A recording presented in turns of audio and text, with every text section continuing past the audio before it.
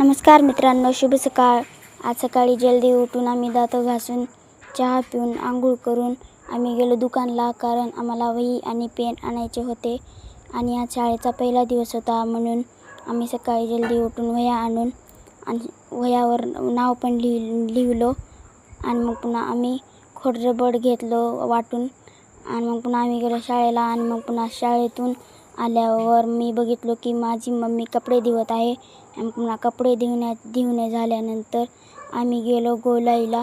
आणि पावसाळा सुरू झाला होता म्हणून बाहेर जिकडे तिकडे हिरवीगार झाडे दिसत होती. आणि गोलाईला जाताना आम्हाला दिसला हा अमीरांचा मॉल. आणि मी म्हणलो मम्मीला, मम्मी चल ना मॉलमध्ये, पण मम्मीने म्हणली पुढच्या बारी जाऊ.